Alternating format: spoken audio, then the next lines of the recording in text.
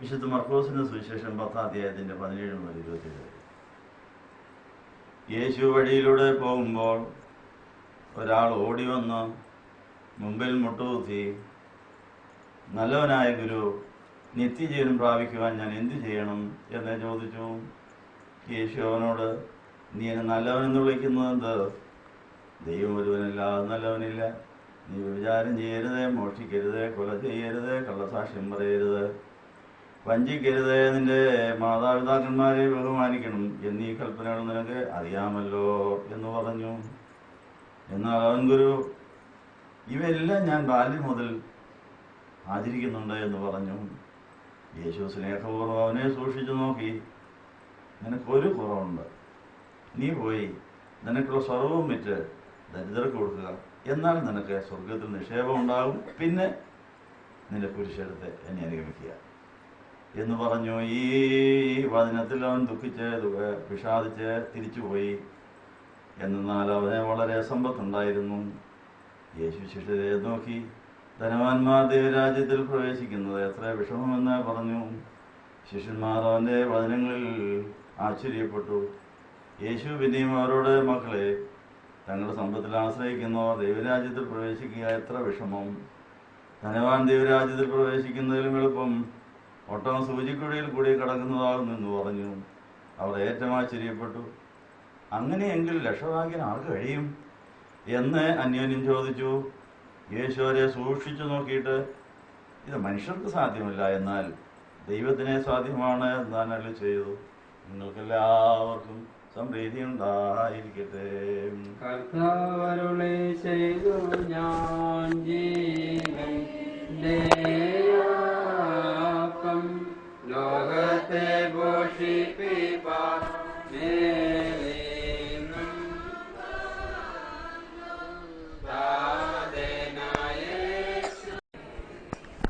പിതാവിനും പുത്രനും പരിശുദ്ധ റൂഹായിക്ക് സ്തുതി. ആദ്യം നമ്മുടെ മേത്തിന്റെ കണിയിൽ നിന്നേക്കുണ്ടായിരിക്കുകയാണ്. കർത്താവിനാൽ സ്നേഹിക്കപ്പെട്ട വിശ്വാസികളെ, സ്ലീബാ പെരുന്നാളിന് ശേഷമുള്ള 6ാം ഞായറാഴ്ച ഈ സങ്കേത ഭവനത്തിൽ നമുക്ക് സങ്കേതം പ്രാപിപ്പാനും വിശുദ്ധ കുർബാനയിൽ സംബന്ധിപ്പാനും നമ്മളെ ആകർഷിച്ചുകൊണ്ട് കൊണ്ടുവന്ന ദൈവാത്മാവിന് നമുക്ക് നന്ദി പറയാം. വന്നിരിക്കുന്ന എല്ലാവരെയും യേശുവിൻ്റെ നാമത്തിൽ സ്വാഗതം ചെയ്യുന്നു. ഇന്ന് പുതുതായി വന്നവരുണ്ട്, അവരെ പുതുതായി സ്വാഗതം ചെയ്യുന്നു. ഒത്തിരി നാൾ കൂടി വന്നവരുണ്ട്, അവർക്കും പുതിയ സ്വാഗതം നൽകുകയാണ്. എന്നും വന്നുകൊണ്ടിരിക്കുന്നവർ, വല്ലപ്പോഴൊക്കെ വന്നുകൊണ്ടിരിക്കുന്ന എല്ലാവരെയും അവരായിരിക്കുന്ന തരത്തിൽ കർത്താവ് സ്വാഗതം ചെയ്യുന്നു. അങ്ങനെ സങ്കേത പട്ടണത്തിൽ, സങ്കേത ഭവനത്തിൽ നിങ്ങളെ സ്വീകരിക്കുന്ന യേശു നിങ്ങൾക്ക് ആശ്വാസം നൽകട്ടെ എന്ന് ആശംസിക്കുകയാണ്. സ്ലീബാ പെരുന്നാളിന് ശേഷമുള്ള 6ാം ഞായറാഴ്ച നമ്മുടെ പിതാക്കന്മാർ കുർബാന തക്സായിലൂടെയും വേദപുസ്തക വായനയുടെ കുറിപ്പിലൂടെയൊക്കെ നമുക്ക് പല അനുഗ്രഹങ്ങൾ എഴുതി വെച്ചിട്ടുണ്ട്. നേരെ തന്നെ നമ്മളത് പ്രാപിച്ചുകൊണ്ട് പരിശോധിക്കുകയാണ്. ഇന്ന് വായിച്ചതായ തിരുവചനങ്ങളിലൂടെയൊക്കെയും കുരിശിൻ്റെ വഴിയിൽ യാത്ര ചെയ്ത് ഉയർപ്പിൻ്റെ അനുഭവത്തിലും സ്വർഗാരോഹണത്തിൻ്റെ അനുഭവത്തിലും പിതാവിൻ്റെ വലത്തുഭാഗത്തിരിക്കുന്ന പുത്രൻ്റെ ഉള്ളിൽ നമ്മൾ എത്തിച്ചേരുന്ന നമ്മുടെ ഓരോ ദിവസത്തെ പ്രാണൻ്റെ അനുഭവമാണ് കുരിശിൻ്റെ വഴി എന്നുള്ള കാര്യം നമ്മൾ പഠിക്കുകയായിരുന്നു. നമ്മുടെ ഓരോ ദിവസത്തെയും പ്രാണനും നമ്മുടെ ശരീരത്തിൽ നിന്ന് വേർപെടുന്നുണ്ട്. അത് പലതരത്തിലാണ് വേർപെടുന്നത്. പാപം ചെയ്താൽ വേർപെടും, അത് പാതാളത്തിലേക്ക് പോകും. നന്മ ചെയ്താൽ നമ്മൾ വേർപെടുന്ന പ്രാണൻ നന്മ ചെയ്യിക്കുന്ന പരിശുദ്ധാത്മാവ് കർത്താവിൻ്റെ മാറിൽ കൊണ്ടുവയ്ക്കും. യേശുവിൻ്റെ മാറിൽ എത്തിച്ചേരുന്ന പ്രാണൻ അല്ലെങ്കിൽ സോൾ, ആ ദേഹിയാണ് മണവാട്ടിയായി മാറുന്നത്. അങ്ങനെ സഭയുടെ എല്ലാ അംഗങ്ങളുടെയും പ്രാണൻ മുഴുവനും ആ കർത്താവിൻ്റെ മാറിൽ എത്തിച്ചേരുമ്പോഴാണ് മണവാട്ടിയുടെ സൃഷ്ടിപ്പ് പൂർണ്ണമാകുന്നത്. ഹവ്വയുടെ ശരീരം ആദാമിൻ്റെ ശരീരത്തിൽ മറഞ്ഞിരുന്നൊരു കാലം. ആദാമിനെ സൃഷ്ടിച്ചപ്പോൾ ആദാമിൻ്റെ ഉള്ളിൽ ഹവ്വ മറഞ്ഞിരിപ്പുണ്ടായിരുന്നു. പക്ഷേ ആദാം അറിഞ്ഞില്ലെന്ന് മാത്രമാണ്. നീ ഏകനായിരിക്കുന്ന അന്നല്ല, നിനക്കൊരു തുണ വേണം, നീ തപ്പിക്കുമെന്ന് പറഞ്ഞ് എല്ലാ ജീവജാലങ്ങൾക്കും പേരിടുന്നൊരു ജോലിയും കൊടുത്തു. നിന്റെ തുണയുണ്ടോ എന്നുള്ളത് നോക്കാനും പറഞ്ഞു. പേരിടയിൽ നടന്നു. അതിന് ഒത്തിരി നാളെടുത്ത് കാണും. പേരിട്ടിട്ട് തുണയെ കാണാതെ ബോധം കെട്ടെന്ന് പറഞ്ഞു. അങ്ങനെ അനസ്തീഷ കൊടുക്കാതെ ആദ്യം മയങ്ങി കിട്ടിയ ആള് ആദാമാണ്. അനസ്തീഷ കൊടുക്കാതെ തന്നെ മയങ്ങി കിട്ടി. അങ്ങനെ പെണ്ണിനെ തപ്പി തപ്പി തപ്പി ഇല്ലാതെ കണ്ടു കിട്ടാതെ വിഷമിച്ചങ്ങ് തളർന്നു വീണു. അപ്പോൾ കർത്താവ് ഒരു ഇണ വേണം, തുണ വേണം എന്നൊക്കെ പറഞ്ഞിട്ട് ആളിനെ ഇതുവരെയും കണ്ടില്ല, എവിടെയാണെന്ന് അറിഞ്ഞുകൂടാ. ഇതെന്നാ കർത്താവ് ഇങ്ങനെ പറഞ്ഞേച്ച് പോയത് എന്ന് വിചാരിച്ച് സങ്കടപ്പെട്ട് ദുഃഖിച്ച് കിടന്ന് ബോധം കെട്ട് ഉറങ്ങിയ സമയത്ത് വാരിയിൽ ഊരി അവയെ ചുറ്റിച്ചു കൊടുത്തു. കണ്ണു തുറന്ന് വയ്യോ ഇതിൻ്റെ അസ്ഥിയും മാംസമാണെന്ന് പറഞ്ഞ് സ്വീകരിക്കുകയും ചെയ്തു. അപ്പം നമ്മുടെ ജീവിതത്തിൽ ഈ ഒന്നാമത്തെ ആദാമിൻ്റെ അനുഭവം തന്നെ ഒടുക്കത്തെ ആദാവിനും വരുമെന്നുള്ളൊരു സൂചനയും കൂടെ അതിനകത്തുണ്ട്. ഒന്നാമത്തെ ആദാവിൻ്റെ ജീവിത പങ്കാളി തൻ്റെ വാരിയലിനകത്ത് തന്നെ ഉണ്ടായിരുന്നു, അതറിഞ്ഞില്ല. അതുപോലെ എല്ലാ പുരുഷന്മാരുടെയും തുണ തൻ്റെ വാരിയിൽ തന്നെ ഉണ്ടെന്നുള്ള കാര്യം മറക്കരുത്. വിവാഹാലോചന നടക്കുമ്പം തന്നെ കർത്താവ് കരുതിയിരിക്കുന്ന ആളിലേക്ക് വാരിയിൽ ട്രാൻസ്ഫർ ചെയ്യാൻ തുടങ്ങും. വിവാഹം നിശ്ചയം കഴിഞ്ഞാൽ ഭർത്താവ് അല്ലെങ്കിൽ മണവാളൻ കർത്താവ് എൻ്റെ വാരിയൽ എൻ്റെ ജീവിത പങ്കാളിയിലേക്ക് ട്രാൻസ്ഫർ ചെയ്യണമെന്ന് പറഞ്ഞാൽ അതിന് പ്രത്യേക സോഫ്റ്റ്വെയർ ഉണ്ട്. കമ്പ്യൂട്ടർ ഭാഷയിൽ പറഞ്ഞാൽ സോഫ്റ്റ്വെയറുകൾ ഇൻസ്റ്റാൾ ചെയ്ത് കഴിഞ്ഞാൽ എഴുതി കാണിക്കുന്നത് ഇത്ര മിനിറ്റ് ഇത് നിങ്ങൾ കാത്തിരിക്കണം. പഴയ കാലങ്ങളിൽ 1 കൊല്ലം വേണമായിരുന്നു ഈ വാരിയിൽ മാറാനായിട്ട്. അതുകൊണ്ടാണ് മാതാവിന് 1 കൊല്ലം ഒരു കൊല്ലത്തെ വിവാഹ നിശ്ചയത്തിന് മോതിരം ഇട്ടതിൻ്റെ ശേഷം വിവാഹത്തിന് 1 കൊല്ലം കാത്തിരിക്കുന്നതിൻ്റെ ഇടയിലാണ് കർത്താവ് ജനിച്ചത്. യോസേഫുമായുള്ള വിവാഹ നിശ്ചയം യഹൂദന്മാരുടെ ഇടയിൽ 1 കൊല്ലമാണ് വിവാഹ നിശ്ചയം കഴിഞ്ഞാൽ കാത്തിരുന്നത്. വിവാഹ നിശ്ചയം കഴിഞ്ഞാൽ അവർക്കൊന്നിച്ച് താമസിക്കാം, പക്ഷെ ഒരു മുറിയിലല്ലെന്ന് മാത്രം. ഒരേ വീട്ടിൽ തന്നെ രണ്ടുപേരും താമസിക്കും. വിവാഹം കഴിഞ്ഞതുപോലെ രജിസ്റ്ററിൽ ഭാര്യയും ഭർത്താവ് ആയിക്കഴിഞ്ഞു, പക്ഷെ വിവാഹബന്ധം തുടങ്ങിയിട്ടില്ലെന്ന് മാത്രമേ ഉള്ളൂ. ഇതുപോലെ വിവാഹ നിശ്ചയം കഴിഞ്ഞാൽ വിവാഹത്തിന് ഒരുങ്ങുന്നതായ സമയം ഈ വാരിയലില് തൻ്റെ ഭാവി ആ വധുവിലേക്ക് നീക്കുന്ന ഒരു പരിപാടി കർത്താവിനുണ്ട്. അത് പ്രാർത്ഥനയുടെയും ധ്യാനത്തിൻ്റെയും സമയത്താണ് നടക്കുന്നത്. അതുകൊണ്ട് ജീവിത പങ്കാളി വേണ്ടിയവരൊക്കെ ഇസ്ഹാക്കിനെ പോലെ ജോലികളെല്ലാം ഒതുക്കിയതിന് ശേഷം വെളിമ്പ്രദേശത്ത് മാറിയെന്ന് ധ്യാനിക്കണം. ഇസ്ഹാക്ക് 40-ാമത്തെ വയസ്സിൽ 40 കൊല്ലം തൻ്റെ അപ്പനോടൊത്ത് ജീവിച്ച അപ്പം പറഞ്ഞ എല്ലാം കേട്ട് എല്ലാ വേലയും തികച്ച് 100 മേനി വിളവുണ്ടാക്കുന്ന കൃഷിയും നടത്തി അപ്പൻ പറഞ്ഞ എല്ലാം ചെയ്തതിന് ശേഷം പിന്നെ ധ്യാനിക്കാനുള്ള സമയം വെളിമ്പ്രദേശത്ത് മാറിയെന്ന് ധ്യാനിച്ചുകൊണ്ടിരുന്നപ്പോൾ ഇസ്ഹാക്കിന് 40 കൊല്ലം താൻ കൊണ്ടു നടന്ന വാരിയലിൽ നിന്ന് ആ ശക്തി റിബേക്കയിലേക്ക് ഇങ്ങനെ പോയിക്കൊണ്ടായിരുന്നു. അത് പരിശുദ്ധാത്മാവാണ് ആ പണി ചെയ്യേണ്ടത്. എലിയാസാറാണ് പരിശുദ്ധാത്മാവിൻ്റെ മുൻകുറിയായി ആ പണി ചെയ്തത്. അപ്പോൾ അബ്രഹാമിൻ്റെ നിയോഗപ്രകാരം, ദൈവനിയോഗപ്രകാരം എലിയാസാർ ഇസ്ഹാക്കിന് ജീവിത പങ്കാളിയെ തപ്പിപ്പോയി അടയാളങ്ങളെല്ലാം പറഞ്ഞു വെച്ചിരുന്ന അടയാളങ്ങളൊത്ത ആളിനെ കണ്ടെത്തി. അന്നേരം തന്നെ മോതിരം കയ്യിലിട്ടു. അന്നേരം തന്നെ ഭാര്യയിൽ അങ്ങോട്ട് പോകാൻ തുടങ്ങി. എങ്ങോട്ടാ? ഇസ്ഹാക്കിന്റെ ഭാര്യയില് റിബേക്കയിലേക്ക് വന്നോണ്ട് എന്ന് പറഞ്ഞാൽ കമ്പ്യൂട്ടർ ലാംഗ്വേജ് പറഞ്ഞാൽ സോഫ്റ്റ്വെയർ അത് ഇൻസ്റ്റാളേഷൻ ആക്കി തുടങ്ങിക്കഴിഞ്ഞൊന്ന് അവിടെ എഴുതിക്കൊണ്ടിരിക്കുക. 1%, 10%, 15%. കമ്പ്യൂട്ടറിൽ എഴുതി കാണിക്കും ഇൻസ്റ്റലേഷൻ എത്ര ശതമാനം, എത്ര മണിക്കൂർ വേണം, ഇടയ്ക്ക് ഓഫ് ചെയ്തേക്കല്ലേ, കറണ്ട് പോകാൻ നോക്കണം എന്നൊക്കെ ഇങ്ങനെ എന്ന് പറഞ്ഞ പോലെ ഈ ഇസ്ഹാക്കിന്റെ വാരിയല് റിബേക്കയിലേക്ക് ഇങ്ങനെ ഇൻസ്റ്റലേഷൻ നടന്നുകൊണ്ടേയിരുന്നു. അത് പോകുന്നവർക്കും അറിയാം, വരുന്നവർക്കും അറിയാം, ഏതാണ്ട് വന്നുകൊണ്ടിരിക്കുന്നുണ്ട്. ഇസ്ഹാക്കിന്റെ വാരിയൽ എന്നിലേക്ക് വരുന്നോണ്ടിരിക്കും. വേറെ ആരെയും നോക്കണ്ട, കല്യാണത്തിലൂടെ ഞാൻ സമീപിച്ചുകൊണ്ടിരിക്കുക, എനിക്ക് വേറെ ആരും വേണ്ട, ഒന്നും വേണ്ടെന്ന് കുനിഞ്ഞങ്ങ് ഇരുന്നു. അപ്പൊ രണ്ടുപേരുടെയും കുനിഞ്ഞിരുന്നുള്ള ധ്യാനത്തിലാണ് ഈ വാരിയലില് എടുക്കുകയും കൊടുക്കുകയും ഒക്കെ ചെയ്തത്. മനസ്സിലായോ? ഇൻസ്റ്റലേഷൻ എന്ന് പറയും. ഇൻസ്റ്റാൾ ചെയ്യാന്ന് പറയും. ഇൻസ്റ്റോൾ എന്നുള്ള വാക്കിൽ നിന്നാണ് ഇൻസ്റ്റലേഷൻ എന്നുള്ള വാക്ക് പറഞ്ഞത്. അപ്പൊ അങ്ങനെ ഒരു സമയം എല്ലാവർക്കും ഉണ്ട്. അപ്പൊ ആദാമിന്റെ വാരിയൽ അവ്വായിലേക്ക് ഇൻസ്റ്റാൾ ചെയ്യുക, അല്ലെ അവ്വായ ഉണ്ടാകാനായിട്ട് മണിക്കൂറുകൾ എടുത്തു. ബോധം കെടുത്തിയിട്ട് വാരിയൽ ഊരിയെടുത്ത് മാംസം പിടിപ്പിച്ച് അങ്ങനെ തുണയെ ഉണ്ടാക്കി കഴിഞ്ഞപ്പം ബോധം കെട്ട് കിടക്കായിരുന്നെങ്കിൽ ആത്മാവിനോട് കാര്യം ചെയ്ത് നിന്റെ അസ്ഥിയും മാംസവും തന്നെയാണ്. ബോധമില്ലെങ്കിലും ഉറങ്ങുകയാണെങ്കിലും ആത്മാവിന് സംസാരിക്കാൻ കഴിയും. ആത്മാവ് നമ്മളോട് കാര്യങ്ങളൊക്കെ പറഞ്ഞുകൊണ്ടിരിക്കും. അപ്പൊ ഇസ്ഹാക്ക് കണ്ണു തുറന്നു നോക്കിയപ്പോൾ ഇത് അവ്വായെ കണ്ടു. അയ്യോ, നീ എന്റെ അസ്ഥിയും മാംസമാണ്, നീ എവിടെ പോയിരിക്കുക? ഞാൻ ഒത്തിരി തപ്പിയല്ലോ, എപ്പോഴാണോ കണ്ടത്? എവിടെ പോയിരിക്കായിരുന്നു? ഞാൻ അങ്ങയുടെ ഉള്ളിൽ തന്നെ ഉണ്ടായിരുന്നു, ഇപ്പോഴാണ് പുറത്ത് വന്ന് കിട്ടിയത് എന്ന് പറഞ്ഞപ്പോൾ സന്തോഷിച്ചെന്നാണ് പറയുന്നത്. എല്ലാ കുടുംബജീവിതത്തിലും ഭാര്യയിലും മുടക്കി എന്ന് പറഞ്ഞൊരു വിചാരമുണ്ട് കേട്ടോ. ഏതെങ്കിലും ഭാര്യയ്ക്കും ഭർത്താവിനും ഒന്നും ചേരാൻ ഒക്കുന്നില്ലെങ്കിൽ, പിണക്കമാണെങ്കിൽ, ഇത് വന്നിട്ട് പോയെങ്കിൽ എൻ്റെ അർത്ഥം ഭാര്യയിൽ മുടക്കിയ മാറ്റിയേച്ചല്ല കല്യാണം കഴിഞ്ഞു. കല്യാണം ആലോചന തുടങ്ങുമ്പോഴേ കല്യാണം നിശ്ചയം കഴിഞ്ഞാൽ ഉടനെ തന്നെ ഒരു ചെക്കപ്പ് നടത്തണം. വാരിയലിൽ മുടക്കി എത്ര. ഈ കല്യാണം നടക്കുന്നത് പിശാചിന് വലിയ താല്പര്യമൊന്നും. അതുകൊണ്ട് വാരിയലിൽ മുടക്കിയെ വിട്ടിട്ട് കറണ്ട് അങ്ങ് കളയും, കണക്ഷൻ അങ്ങ് കളയും. അപ്പോൾ ഇൻസ്റ്റലേഷൻ നടക്കുമോ? ബ്ലോക്കായിട്ട് കിടക്കും.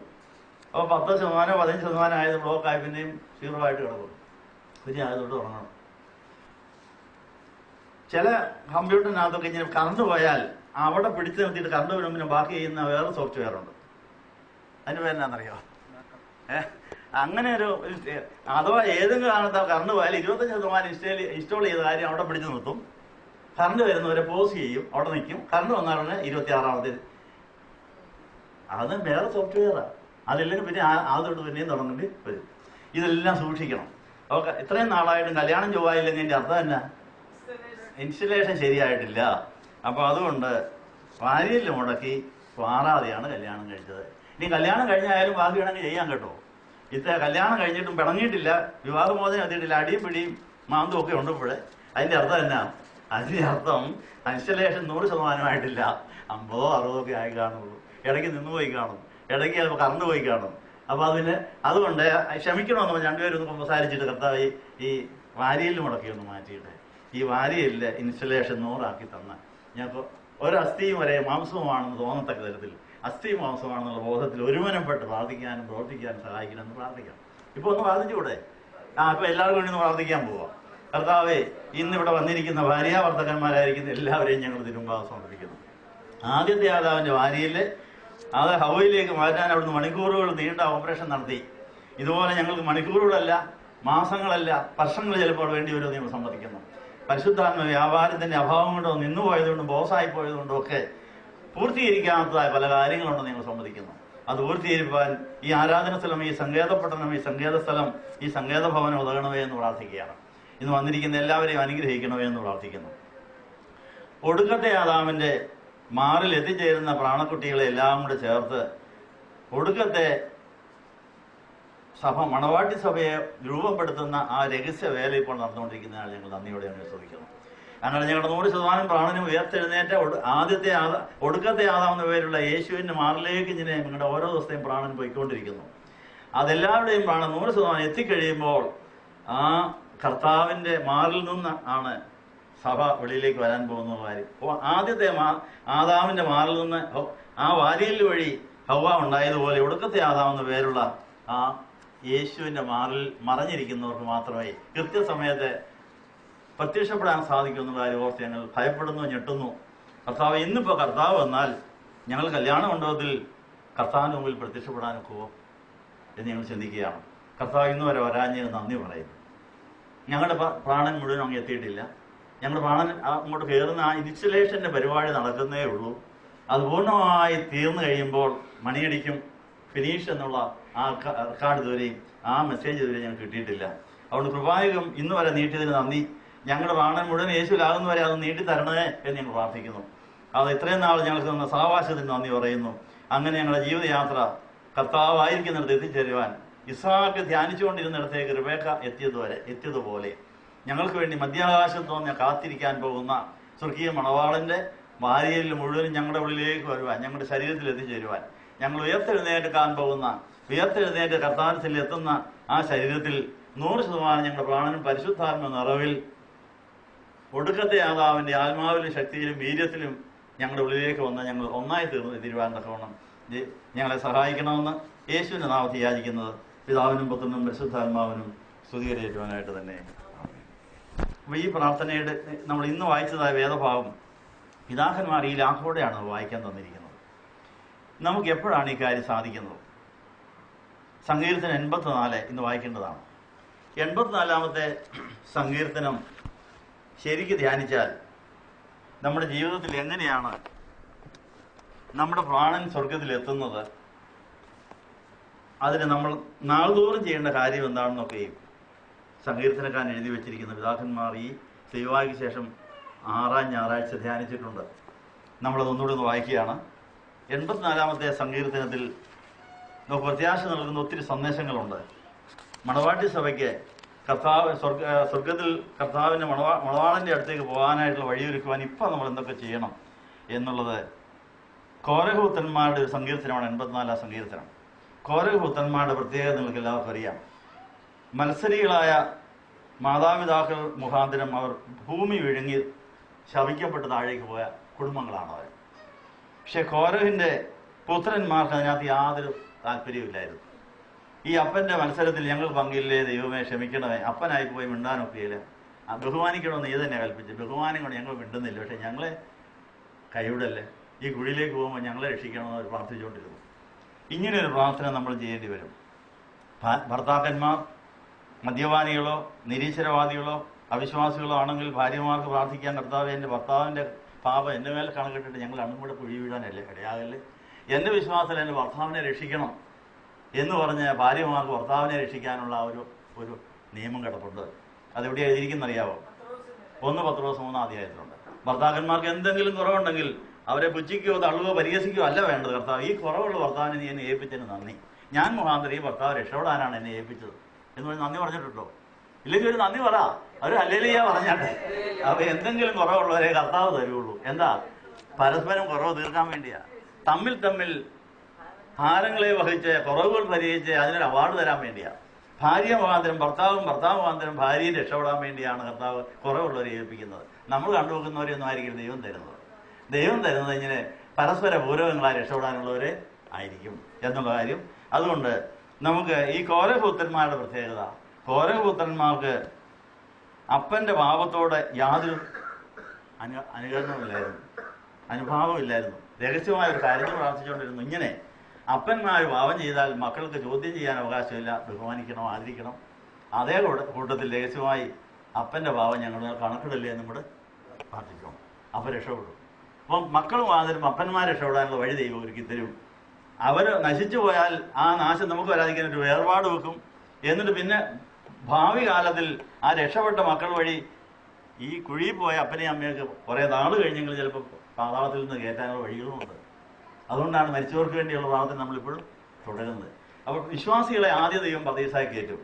പിന്നെ വിശ്വാസികളുടെ കുടുംബത്തിൽ രക്ഷപ്പെടാനുള്ളവരെ ഓരോരുത്തരായി അനേക നാളത്തെ കേസ് കളിച്ച് ഒത്തിരി നാളത്തെ മധ്യസ്ഥ പ്രാർത്ഥനയും നടത്തി അവർക്കും പ്രൊമോഷൻ കിട്ടാൻ സാധ്യതയുണ്ട്. പക്ഷെ അതിന് ഒത്തിരി വ്യവസ്ഥകളുണ്ട്. ആ വ്യവസ്ഥ പാലിക്കണമെന്നുള്ള കാര്യം ഓർപ്പിക്കുന്നു. കോരഹൂത്തന്മാർക്ക് പറയാനുള്ള സാക്ഷ്യവിധ, എൻ്റെ അപ്പൻ മത്സരിയായിരുന്നു, ജീവനോടെ കുഴിയിൽ പോയ ആളാണ്. ഞാൻ ആ കുഴിയുടെ ഒക്കത്ത് അല്ലെ കോരഹൂത്തന്മാരുടെ കുഴിയുടെ അകമന്ന് കിടന്ന് നിലവിളിച്ചു, ഈ അപ്പൻ്റെ കൂടെ ഞങ്ങളെ നശിപ്പിക്കുന്നത്. അവർ മാത്രം രക്ഷപ്പെട്ടെന്നാണ് പറയുന്നത്. അങ്ങനെ രക്ഷപ്പെട്ടിട്ട് എഴുതിയ അനേക സങ്കീർത്തനങ്ങളുണ്ട്. ആ സങ്കീർത്തനങ്ങളെല്ലാം പ്രത്യാശയുടെ സന്ദേശം നൽകുന്നതാണ്. അപ്പോൾ ഇന്ന് പറഞ്ഞ സന്ദേശത്തിനകത്ത് അപ്പൻ മുഖാന്തരം മക്കളും മക്കൾ മുഖാന്തരം അപ്പനെ രക്ഷപ്പെടാൻ സാധ്യതയുണ്ട്. ആദാമിനെ രക്ഷിക്കാൻ വേണ്ടിയാണ് ആദാമിൻ്റെ കൊച്ചുമകനായിട്ട് യേശു ജനിച്ചത്. അതുകൊണ്ടാണ് വംശാവലിപ്പെട്ടിയിൽ ആദാമിൻ്റെ കാലം തൊട്ട് യേശുവിൻ്റെ കാര്യം വരെ വംശാവലിപ്പെട്ടി എഴുതിയിരിക്കുന്നത്. ആദാമിൻ്റെ കൊച്ചുമകനായിട്ടാണ് യേശു ജനിച്ചിരിക്കുന്നത്. അതെന്തിനാ? വല്യപ്പന് വേണ്ടി പ്രാർത്ഥിച്ച് സ്വർഗത്തിൽ കയറ്റാൻ വേണ്ടിയാണ്. മനസ്സിലായോ? അപ്പൊ നമ്മൾ ഇന്ന് പാതാളത്തിൽ പോയവരാണെങ്കിലും പാവികളാണെങ്കിലും അനുഗ്രഹിക്കപ്പെട്ടൊരു കുഞ്ഞുണ്ടായാൽ മതി, അവൻ മുഖാന്തരം മറ്റുള്ളവരെ സ്വർഗത്തിലേക്ക് കയറ്റും എന്നുള്ള കാര്യം. ആ അനുഗ്രഹിക്കപ്പെട്ട കുഞ്ഞുങ്ങളുണ്ടാകാൻ നമ്മൾ പ്രാർത്ഥിക്കണം. ആത്മനിറവുള്ള ഗർഭത്തിലെ ആത്മാവിൽ നിറയുന്ന കുഞ്ഞുങ്ങളുണ്ടായി കിട്ടിയാൽ ആ കുഞ്ഞുങ്ങൾ നമ്മുടെ മുമ്പിൽ നിന്ന് പിൻപനായിരുന്ന ജനിച്ചയാൾ മുമ്പനായി തീരും. മുമ്പന്മാരും ബിംബന്മാരും പിൻപന്മാരും മുമ്പന്മാരും ആവുന്ന വചനപ്രകാരം ഗർഭത്തിലെ ആത്മാവിൽ നിറഞ്ഞ് ദൈവവിളിയുള്ള മക്കളുണ്ടായി കിട്ടിയാൽ അവർ മുമ്പരായി മാറി അവർ മുകളിൽ പോയിട്ട് അവർ നിലവിളിച്ചിട്ട് മാതാപിതാക്കൾക്ക് രക്ഷ കിട്ടാൻ സാധ്യതയുണ്ടെന്നുള്ള കാര്യം ഓർപ്പിക്കുന്നു. കോരഹൂത്തന്മാരിൽ നിന്ന് പഠിക്കാനുള്ള പാഠം അതാണ്. അതുകൊണ്ട് ഒടുക്കത്തെ ആദാവെന്ന പേരുള്ള യേശുവാണ് ആദ്യത്തെ ആദാവിനെ പർദീസായി കയറ്റിയത്. വല്യമ്മച്ചയെ അങ്ങനെയാണ് കയറ്റിയത്. ഇനിയും മക്കൾ മുഖാന്തരം മാതാപിതാക്കൾ മുഖാന്തരം മക്കൾ രക്ഷപ്പെടുന്ന പരിപാടിയുണ്ട്. അബ്രഹാം, ഇസാഖ്, യാക്കോബ്. അബ്രഹാമിന്റെ ഇസാഖിന്റെയും യാക്കോബിന്റെയും പ്രാർത്ഥനയുണ്ട്. പർദീസായി കയറിയവരുണ്ട്. കർത്താവ് പാതാളത്തിൽ പോയി പ്രസംഗിച്ചപ്പോൾ അങ്ങനെ കാത്തിരുന്നവർ അങ്ങനെയും കയറിയിട്ടുണ്ടെന്നുള്ളത് ഒരു ചരിത്ര സത്യമാണ്. അങ്ങനെ നമ്മൾക്ക് കുടുംബ ബന്ധങ്ങളിലൂടെ രക്ഷപ്പെടാത്തവരെ രക്ഷപ്പെടുന്ന ഒരു ചുമതലയുണ്ട് എന്നുള്ള കാര്യം ഓർപ്പിച്ചുകൊണ്ട് 84-ാമത്തെ സങ്കീർത്തനത്തിലെ കോരഹൂത്തന്മാരുടെ പരിജ്ഞാനം അവർക്ക് കിട്ടിയിരിക്കുന്ന സന്ദേശം എന്താണ്? സൈന്യങ്ങളുടെ ദൈവമായ യഹോവയെ തിരുനിവാസം എത്ര മനോഹരം. അപ്പം ദേവാലയത്തിൽ വന്നുള്ള പ്രാർത്ഥനയുടെ പ്രത്യേകതയായി പറയുന്നു. ദൈവം എല്ലായിടത്തും ഉണ്ട്. വീട്ടിൽ ഇരുന്നും പ്രാർത്ഥിക്കാം, എവിടെ ഇരുന്നും പ്രാർത്ഥിക്കാമെങ്കിലും പള്ളിയിൽ വന്നുള്ള പ്രാർത്ഥനയ്ക്ക് മാത്രം ചില പ്രത്യേകതയുണ്ട്. പള്ളിയിൽ വെച്ച് മാത്രം സാധിക്കുന്ന ചില കാര്യങ്ങളുണ്ട്. അതുകൊണ്ടാണ് ഇത്ര ചെലവ് ചെയ്ത് ഈ പള്ളി ഉണ്ടാക്കി പള്ളിയുടെ സംവിധാനങ്ങൾ സംരക്ഷിച്ചുകൊണ്ടിരിക്കുന്നത്. ആരും ഓർപ്പിക്കണം. ദൈവം എല്ലായിടത്തും ഉണ്ടെങ്കിലും യെരൂശലേം ദേവാലയം പണിതപ്പോൾ അതിൻ്റെ കൂദാശയുടെ സമയം ദൈവം ഇറങ്ങി വന്നവരെല്ലാവരെയും അനുഗ്രഹിച്ചെന്നാണ് പറയുന്നത്. ദൈവത്തിൻ്റെ സാന്നിധ്യം എല്ലാവർക്കും കാണാമായിരുന്നു. മേഘം പോലെ ദൈവത്തിൻ്റെ തേജസ് അവർ കാണാൻ കഴിഞ്ഞു എന്നാണ് പറയുക. അതുപോലെ ഈ സങ്കേതപട്ടണത്തിലെ സങ്കേതഭവനത്തിൽ നിങ്ങൾ കണ്ണടച്ച് ധ്യാനിച്ച് പ്രാർത്ഥിക്കുകയാണെങ്കിൽ ദൈവത്തിൻ്റെ തേജസ് ഇവിടെ വരുന്നതായിട്ട് കാണാൻ സാധിക്കും. പലരും ഇത് കണ്ടതായിട്ട് പറഞ്ഞിട്ടുണ്ട്. യേശുവിൻ്റെ രക്തം, യേശുവിൻ്റെ ആത്മാവ്, തേജസ്, കർത്താവിൻ്റെ സാന്നിധ്യം ഇവയൊക്കെയും ഇവിടെ വരുന്നവരെ അനുഗ്രഹിക്കുന്നുണ്ടെന്നുള്ള കാര്യം ഓർപ്പിക്കുന്നു. സൈന്യങ്ങളെ യഹോവേ, തിരുനിവാസം എത്ര മനോഹരം! എൻ്റെ ഉള്ളം യഹോവയുടെ പ്രാകാരങ്ങളെ വാഞ്ചിച്ച് മോഹിച്ചു പോകുന്നു. എൻ്റെ ഹൃദയവും എൻ്റെ മാംസവും ജീവനുള്ള ദൈവത്തെ നോക്കി ഘോഷിക്കുന്നു. കോരഹൂത്തന്മാർ രക്ഷപ്പെട്ടതിൻ്റെ രഹസ്യമായി പറഞ്ഞു. കോരഹൂത്തന്മാരുടെ വീട്ടിലെ അപ്പൻ മത്സരിയായി മോശയ്ക്കെതിരായി ദുരാലോചന നടത്തിക്കൊണ്ടിരിക്കുമ്പോൾ ഈ മക്കൾ അവരുടെ ഹൃദയം എങ്ങോട്ട് വിട്ടു? പള്ളിയിലേക്ക് വിട്ടു. പള്ളിയിൽ ചെന്ന് നിലവിളിച്ച് ആരാധിച്ചു. പല പ്രാവശ്യം എൻ്റെ അപ്പനോട്, അപ്പൻ്റെ പാപം അപ്പൻ ഉപേക്ഷിക്കാൻ ഒക്കുന്നില്ല, എന്നെ അതിൽ നിന്ന് വിടുവിക്കണം എന്ന് പറഞ്ഞ് കുടുംബമാർ അങ്ങനെ പറഞ്ഞ ഈ മനോഹരമായ തിരുനിവാസത്തിൽ വന്ന് നമ്മുടെ അകന്നുപോയ, നഷ്ടപ്പെട്ടു പോയവർക്ക് വേണ്ടി പ്രാർത്ഥിക്കാൻ സാധിക്കും. അതുകൊണ്ടാണ് യാചിക്കേണ്ട സമയത എന്ന് പറയുമ്പോൾ ദൂരസ്ഥരെ സമയസ്ഥങ്ങളിൽ നിരക്കുന്ന സമയമാണ്. അപ്പം ദൂരസ്ഥരെ സമയസ്ഥരാക്കാൻ, അവരെല്ലാം ദൈവവുമായി ബന്ധിപ്പിക്കുവാൻ നമ്മുടെ ഈ ആരാധന സമയത്തെ നമ്മുടെ പ്രാർത്ഥന ഉതകുമെന്നോട് പറഞ്ഞിരിക്കുന്നു. ഈ കോരഹൂത്തന്മാരുടെ പ്രാർത്ഥന സ്വർഗത്തിൽ കയറാൻ കാരണം എന്താണ്? അവരെത്രയധികം ദൈവത്തെയും ദൈവഭവനത്തെയും ആഗ്രഹിച്ചു എന്നുള്ളതിന് ചില തെളിവ് പറയുകയാണ്. കുരുവി ഒരു വീടും മീവൽ പക്ഷി കുഞ്ഞുങ്ങൾക്ക് ഒരു കൂടും കണ്ടെത്തിയിരിക്കുന്നു. എൻ്റെ രാജാവിൻ്റെ ദൈവമായ യഹോവ, സൈന്യങ്ങൾ യഹോവ എന്നിൻ്റെ യാഗപീഠങ്ങളെ തന്നെ. അപ്പൊ യാഗപീഠത്തിൽ കൂടെ മാത്രം കിട്ടുന്നില്ല അനുഗ്രഹങ്ങളുണ്ട്. ഒരാൾ കൊല്ലത്തക്കതായ ശിക്ഷ ചെയ്താലും പാപം ഉണ്ടെങ്കിലും ആരെങ്കിലും നമ്മളെ ഓടിച്ച് കൊല്ലാൻ വരികയാണെങ്കിൽ പഴയ നിയമത്തിലൊരു നിയമം ഉണ്ടായിരുന്നു. സങ്കേതപട്ടണത്തിൽ പോകാം, പള്ളിയിൽ പോകാം, പള്ളിയിലെ ആ യാഗപീഠത്തിന്റെ കൊമ്പേ കയറി പിടിച്ചാൽ മതി, ആദ്യം പിന്നെ കൊല്ലാനൊക്കെ. അപ്പൊ അങ്ങനെ നമുക്ക് എന്തെല്ലാം പാപം ഉണ്ടെങ്കിലും എന്തെല്ലാം ശാപം ഉണ്ടെങ്കിലും നമ്മുടെ പുറകെ വന്നാലും പള്ളിയിലോട്ടും ഓടിയാൽ മതി. പുറകെ വരുന്ന പിശാചിനേക്കാൾ സ്പീഡിൽ ഓടണമെന്നേ ഉള്ളൂ. വേഗം അങ്ങ് ഓടാമെങ്കിൽ ചെന്ന് പള്ളിയിലെ യാഗപീഠത്തിന്റെ കൊമ്പേ കയറി അങ്ങ് പിടിച്ചോണം. അപ്പൊ മതമായി കയറാനൊക്കെ അതൊക്കെ വേണ്ടി ഈ കൊമ്പേ പിടിച്ചാലും മതി. എന്താ അതിന് ഇവിടെ ഒരു യാഗപീഠം വെച്ചിരിക്കുന്നു, ഇവിടെ കുർബാന എഴുതിയിട്ടുള്ളതാണ്. ഈ മേശപ്പുറത്തും കുർബാന ചൊല്ലിയിട്ടുണ്ട്. ഇതൊക്കെ വെള്ളിയാഴ്ച അല്ല, ഇതൊക്കെ ശനിയാഴ്ച ഇതല്ല കുർബാനയില്ലത്. അപ്പൊ ഇത് യാഗപീഠമാണ്. കുരിശുമുണ്ട്, യാഗപീഠമുണ്ട്. അപ്പൊ ഞാൻ പറഞ്ഞതിൻ്റെ ഈ കുരിശും ഈ യാഗപീഠവും അഭയം, സങ്കേതഭവനത്തിൽ വന്ന് അഭയം പ്രാപിക്കാൻ വേണ്ടിയാണ്. അവിടെ ആരെയൊക്കെ മാതാവും ഉണ്ട്, കർത്താവും ഉണ്ട്. ഇവിടെ വെച്ചിട്ട് കണ്ടില്ലേ? അപ്പോൾ മാതാവും കർത്താവും വസിക്കുന്ന ഈ യാഗപീഠത്തിൽ മരണതുല്യമായ പാപം ചെയ്തിട്ടാണ് നമ്മൾ വരുന്നെങ്കിൽ പോലും നമ്മൾ അഭയം പ്രാപിച്ചാൽ സങ്കേതപട്ടണത്തിൽ ചെന്ന് സങ്കേതഭവനത്തിൽ എന്ന് കയറി പിടിച്ചാൽ മതി.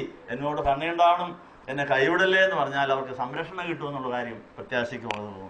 അപ്പോൾ കോരഹൂത്തന്മാർ കുഴിയിൽ അപ്പൻ്റെ കൂടെ നശിക്കേണ്ടതായിരുന്നു.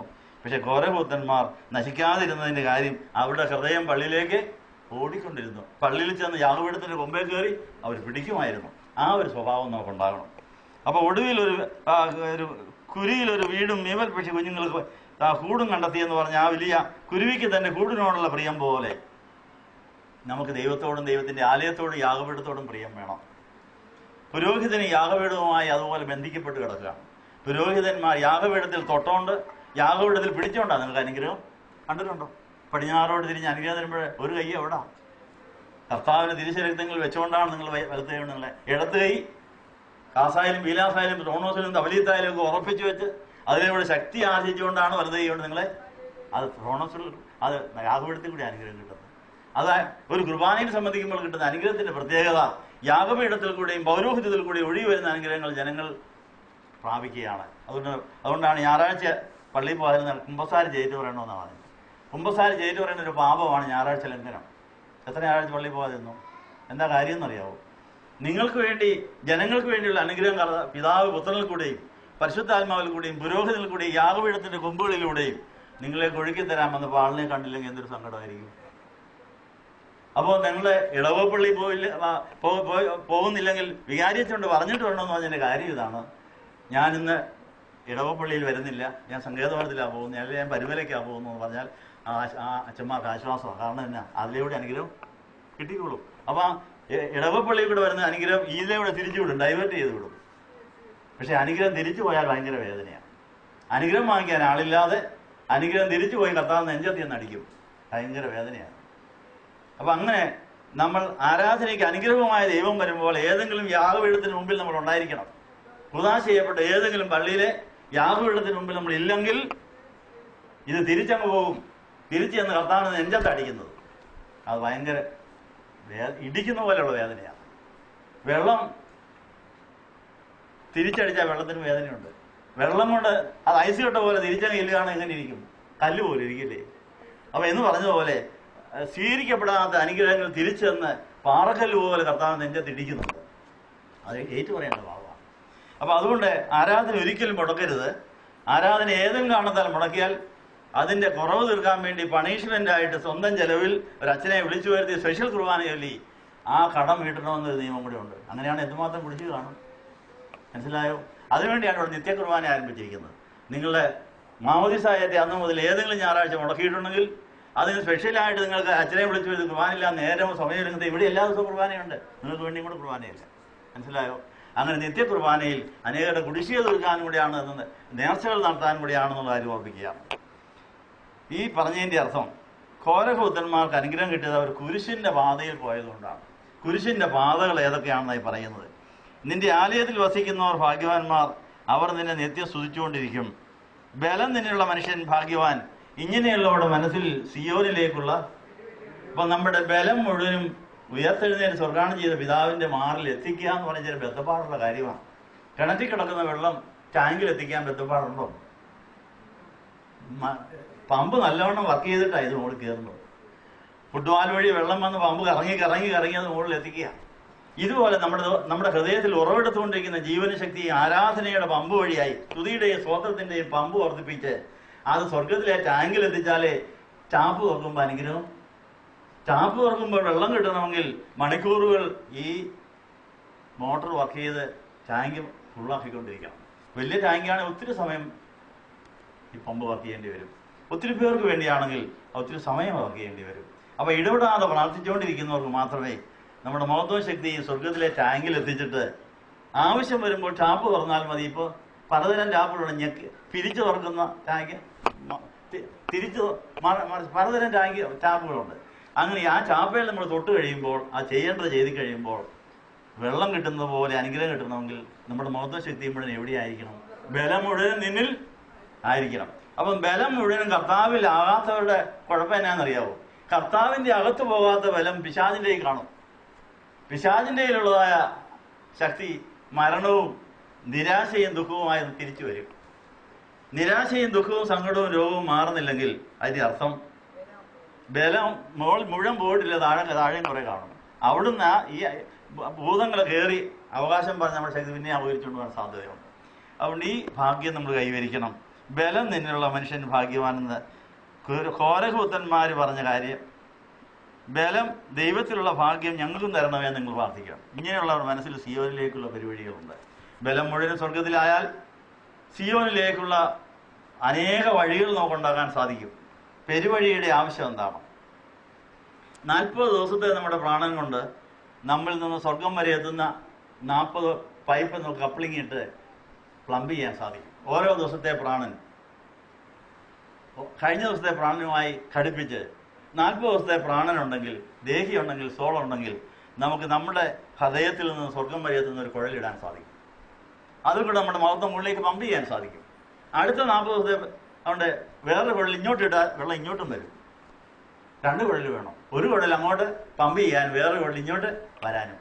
ഇങ്ങനെ ഈ 80 ദിവസത്തെ പ്രാണൻ കൊണ്ട് സ്വർഗത്തിലേക്ക് പമ്പ് ചെയ്ത് വിടാനും തിരികെ വരുന്ന ഒഴുകി വരാനും ഇടയായി കഴിഞ്ഞാൽ ഓരോ 80 ദിവസങ്ങൾ കഴിയും തോറും നമുക്ക് പുതിയ പുതിയ ലൈനുകൾ ഉണ്ടായിക്കൊണ്ടിരിക്കും. അപ്പോൾ ഒരേ സമയത്ത് അനേകം അനുഗ്രഹം നമ്മളിന്ന് വാങ്ങിച്ചു കൊടുക്കാൻ സാധിക്കും. മനസ്സിലായോ? അനേക പരിപാടികൾ. അപ്പോൾ നിങ്ങൾക്ക് എത്ര ദിവസത്തെ പ്രാണനുണ്ട് നിങ്ങൾ കണക്ക് വല്ലതും ഉണ്ടോ? നിങ്ങളൊന്ന് കണക്ക് കൂട്ടി നോക്കുക. ജനിച്ചത് മുതൽ എത്ര ദിവസത്തെ പ്രാണൻ. അതിൽ ആ പ്രാണൻ ഓരോ 40 ദിവസത്തെയും പ്രാണൻ വീണ്ടെടുക്കപ്പെടുമ്പോൾ സ്വർഗത്തിലേക്ക് പമ്പ് ചെയ്യാനൊരു കുഴല്, അടുത്ത 40 ദിവസത്തെ പ്രാണൻ കൊണ്ട് അവിടുന്ന് വെള്ളം അനുഗ്രഹം ഇങ്ങോട്ട് വരാനുള്ള വേറൊരു കുഴല്. ഈ 2 തരം കുഴലുകൾ നമുക്കുണ്ടെങ്കിൽ അനേക പെരുവഴികൾ നമുക്കുണ്ടാക്കാൻ സാധിക്കും. ആ പെരുവഴിയിലെ അനുഗ്രഹം അങ്ങോട്ട് വിടാനും ഇങ്ങോട്ട് വിടാനുള്ള നമ്മുടെ കുഴലിന്റെ എണ്ണം അനുസരിച്ചാണ് പരിശുദ്ധന്മാരുടെ ശക്തി കൂടുതൽ കുറവ്. എല്ലാ പരിശുദ്ധന്മാർക്കും ഒരേ ശക്തിയല്ല. ഓരോ പരിശുദ്ധന്റെയും ജീവിതത്തിൽ ബലം നിന്നുള്ള മനുഷ്യന്റെ ആ ഭാഗ്യത്തിന് ഏറ്റക്കുറിച്ചിലുണ്ട്. മനസ്സിലായോ? അതുകൊണ്ടാണ് അവർക്ക് ഒരേ സമയത്ത് അനേകരെ അനുഗ്രഹിക്കാനും സഹായിക്കാനും സാധിക്കും. നമുക്ക് അവസ്ഥയിലേക്ക് വളരാൻ സാധിക്കും. നമ്മുടെ പ്രാണൻ മുഴുവനും വീണ്ടെടുക്കപ്പെട്ട യേശുവിന്റെ ഉള്ളിൽ ആയാൽ കർത്താവ് അതിനെ അനേകർക്ക് അനുഗ്രഹം കൊടുക്കുന്ന പെരുവഴിയാക്കി മാറ്റും. ആ വഴിയിൽ കൂടെ പോകുന്നവരെല്ലാം ചോള് തരേണ്ടി വരും. ചോള് കോടിക്കണക്കിന് രൂപ മുടക്കി പാലം പണിതാൽ നല്ല വേഗത്തിൽ അക്കരെ കിടക്കാം. പക്ഷേ അവരവിടെ ഇവിടെ നിൽക്കുക, ഇത്ര കോടി രൂപ മുടക്കി ഉണ്ടാക്കിയ നിങ്ങൾ ഇത്ര രൂപ എന്നിട്ട് പോയാൽ മതി. ചോള് വിരിക്കുക. അപ്പൊ നമ്മുടെ ജീവൻ മുഴുവനും ശക്തി മുഴുവനും സ്വർഗത്തിലെ സിയോനിൽ എത്തിയിട്ടുണ്ടെങ്കിൽ നമുക്ക് അങ്ങനെ അനേകരെ സ്വർഗത്തിൽ എത്തിക്കുന്നതിന് ടോള് വന്ന് നമുക്ക് ജീവിക്കാം. വേറെ ജോലിയൊന്നും വേണമെന്നില്ല. ഈ ടോള് വിരിക്കുന്നവരുടെ എന്തുമാത്രം പൈസ അവർക്ക് കിട്ടുന്നുണ്ട്. അപ്പൊ അതുപോലെ നമ്മുടെ ജീവിതത്തിൽ പ്രാണൻ മുഴുവൻ രക്ഷപ്പെടാനുള്ള ഗുണം അനേകരെ സ്വർഗത്തിലെത്തിക്കുന്ന പെരുവഴി നമുക്കുണ്ടാക്കാം. ആ പെരുവഴിയിലെല്ലാം ടോള് വിരിക്കാൻ ആളിനെ ഇരുത്താം. പിന്നെ വേറൊരു പണിക്കും പോകണ്ട. ഈ നമ്മുടെ അടുത്തൂടെ വന്ന് അനുഗ്രഹം കിട്ടുന്ന ഈ സങ്കേതം പെടണം അങ്ങനെ ടോള് കൊണ്ട് ചെയ്യുക. എന്താ, വരുന്നവർക്കെല്ലാം അനുഗ്രഹം പെരുവഴി കൂടെ കൊടുക്കുക. വരുന്നവരെല്ലാം തലയെ കൈവെക്കുക, അവർക്ക് വേണ്ടി എല്ലാം പ്രാർത്ഥിക്കുക, അവരുടെ പ്രാണക്കുട്ടിയെ സ്വർഗത്തിൽ കൊണ്ട് കൊടുക്കുക. ഈ പരിപാടി കഴിയുന്നതിൻ്റെ ഇടയ്ക്ക് നിങ്ങളിരുന്ന് കാണിക്കേണ്ട ഇവിടുത്തെ കാര്യം. അത് മാത്രമല്ല, 3 അനാഥ മന്ദിരങ്ങൾക്ക് ആഹാരം കിട്ടുന്നുണ്ട്. ഇവിടെ കുർബാന ചെല്ലിക്കുന്നവർ, ഇവിടുത്തെ നേർച്ച കുർബാന ചെല്ലിക്കുന്നവർ, ഓർമ്മ കുർബാന, ബർത്ത്ഡേയുടെ, വെഡിങ് ആനിവേഴ്സറിയുടെ എല്ലാ ആരാധനകൾ നടക്കുമ്പോൾ ഇവിടെ വരുന്നവർക്ക് മാത്രമല്ല 3 അനാഥ മന്ദിരങ്ങൾക്കും ആഹാരം കിട്ടുന്നു. കൊച്ചു കാര്യമാണോ? വേണമെങ്കിൽ ഇതിനെ കൂട്ടുകൂടാമെന്നാണ് പറഞ്ഞതിൻ്റെ അർത്ഥം. അപ്പോൾ ബലം നില്ല മനുഷ്യൻ ഭാഗ്യവാൻ. സമയം തീർന്നതുകൊണ്ടോട് നിൽക്കുകയാണ്. നമ്മുടെ തള്ളയെ വണക്കാൻ പ്രാർത്ഥിക്കുക. സ്നേഹവാനായ ദൈവമേ, വാഴ്ത്തപ്പെട്ട കർത്താവേ, ഈ നല്ല ദിവസത്തിനായി ഞങ്ങൾ നന്ദി പറയുന്നു. കുരിശിന്റെ പാതയിൽ ഞങ്ങളുടെ പ്രാണൻ യേശുവിലൂടെ സ്വർഗത്തിലെത്തി ബലം മുഴുവൻ നിന്നിലായാൽ ഞങ്ങൾ ഭാഗ്യമുള്ളവരായി. അനേകരെ സ്വർഗത്തിലെത്തിക്കുന്ന പെരുവഴികൾ ഞങ്ങൾക്കുണ്ടായി. ആ പെരുവഴിയിൽ കൂടി അനേകർ പോകുമ്പോൾ അവർ തരുന്ന സ്തോത്ര കാഴ്ച കൊണ്ട് തന്നെ ഞങ്ങൾക്ക് ജീവിക്കാൻ സാധിക്കും. അത് സ്വർഗത്തിലുള്ളവർക്കും സന്തോഷം നൽകുന്ന, മുമ്പേ രാജ്യവും നീതി അന്വേഷിക്കുന്നവർക്ക് ധനവും മാനവും ജീവനും തേടി വരും. താഴ്മയ്ക്കും യഹോവയ്ക്കുള്ള പ്രതിഫലം ധനവും മാനവും ജീവനുമാണെന്നുള്ളത് അതിന് അന്വർത്ഥമാക്കി ജന്മസാഫല്യം അടയുവാൻ, ഞങ്ങളുടെ ബലം മുഴുവനും നിന്നിലാക്കുവാൻ, ഞങ്ങളുടെ പൂർവികരുടെ ശാപം തീർക്കുവാൻ, ഞങ്ങളുടെ കഴിഞ്ഞ തലമുറയുടെ ശാപങ്ങൾ തീർക്കാൻ പറ്റിയ അനുഗ്രഹിക്കപ്പെട്ട സന്തതികളെ ഞങ്ങൾക്ക് തരണമെന്ന് പ്രാർത്ഥിക്കുന്നു. അങ്ങനെ ആത്മനിറവുള്ള, അഭിഷേകമുള്ള, മുമ്പനായിത്തീരുന്ന ബിംബന്മാരെ ഞങ്ങൾക്ക് തരണമെന്ന് പ്രാർത്ഥിക്കുന്നു. ഞങ്ങളുടെ കുടുംബത്തിലെ എല്ലാവരും ആത്മനിറവുള്ളവരായി ഞങ്ങൾ സ്വർഗത്തിലേക്ക് അനേകരെ കൊണ്ടുപോകുന്ന വഴികളായിത്തീർന്ന് ജന്മസാഫല്യം സഹായിക്കണമെന്ന് യേശുവിന്റെ നാമത്തിൽ യാചിക്കുന്നത് പിതാവിനും പുത്രനും പരിശുദ്ധാത്മാവിനും സ്തുതിയേറ്റാനായിട്ട് തന്നെ. ഇന്ന് ഓർമ്മ കുർബാന നടത്തിയ ആ ഒരു സഹോദരിക്ക് വേണ്ടിയാണെന്ന് സ്നേഹവിരുന്ന് നടത്തുന്നത്. എല്ലാവർക്കും അനുഗ്രഹം കിട്ടട്ടെ. അതിന് ബാക്കി അനാഥബന്ധത്തിലേക്ക് പോകും. നമുക്ക് എഴുന്നേൽക്കാം, അതിന് അങ്ങോട്ട് നീങ്ങാം.